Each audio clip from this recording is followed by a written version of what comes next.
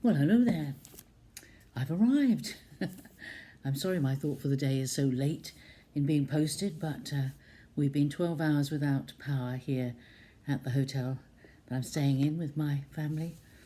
And so it is mid-afternoon and I'm doing my thought for the day.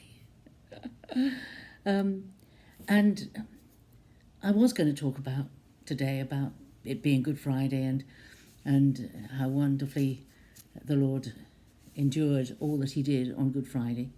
But actually, I just want to talk about something that's happened today at the hotel. So we woke up this morning to no electricity, no lights, no water. All the water supply is run by electricity. No kettle to boil. The barriers out in the car park didn't work, so they had to dismantle them because people couldn't get in and out of the car park. Nothing worked. No lights. Of course, in a hotel, these hotels, the bathrooms, the ensuite bathrooms, are all built in the rooms with no natural light, and so we're all using our phones, the light on our phones, to go to the bathroom. But we've been asked not to use it too frequently because the whole water system is dependent on electricity. I don't know how it runs, but anyway. So we went down for breakfast. Of course, there was no cooked breakfast, no hot coffee or anything, and the emergency generator failed while we were getting breakfast, so they couldn't open the fridges in the kitchen, so we were only allowed to eat what they had in the cupboards. So it was bread and pastries, and some milk for cereal and some fruit juice, and that was about it. Because when the lights failed in the kitchen, they weren't even allowed to go into the kitchen for health and safety reasons to go and get the fruit. So the poor girl there, when we saw her, she said to us, "Please just take what you need, because this is all we've got for all the guests to have for breakfast." So we're hoping that people won't take more than they need. And overheard a little bit later by myself was a lady who had a plate piled high with stuff, and she was saying to her companion, "I've taken what I think I've paid for in my breakfast payment." And it was far more than she needed, but she was going to get her money's worth, was her view, not considering the people who hadn't yet come down for breakfast.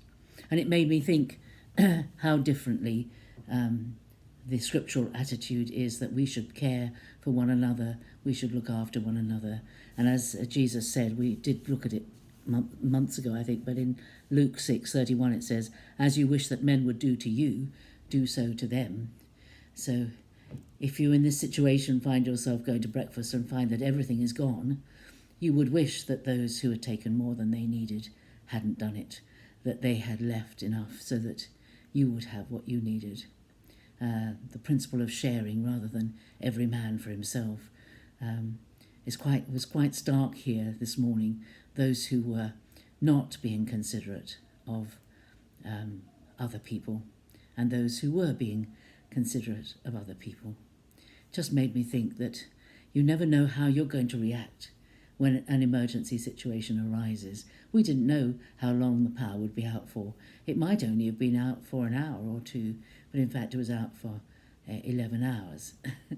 So they had almost got to the point of deciding we would all have to move to another hotel because the water, we wouldn't be able to wash, we couldn't have showers or anything today, and there was very little tap water and so on. But we're back on, everything's fine. And I just want to wish you a most blessed Good Friday today as you think about the amazing things that Jesus did for us, that he thought all his life of others above himself and before himself. And there are incidences in the scripture where he was exhausted at the end of a day, having ministered to people and prayed for them and spoken for hours on end, and going to be quiet, and people crowding round him, and him still giving of himself to them. You know, he was always giving and always caring more for others and their needs than he was for his own needs. And that is the standard that we should aspire to. Anyway, I'm so glad to have been able to speak to you and wish you God's blessing for today, as Terry did on the WhatsApp. I didn't have an internet, you see, to upload this morning, and so I wish you every blessing, and I'm coming home tomorrow. Hopefully we won't have a power cut in Chard, and we'll be all right. All the best. God bless you, and I'll see you tomorrow. Bye bye.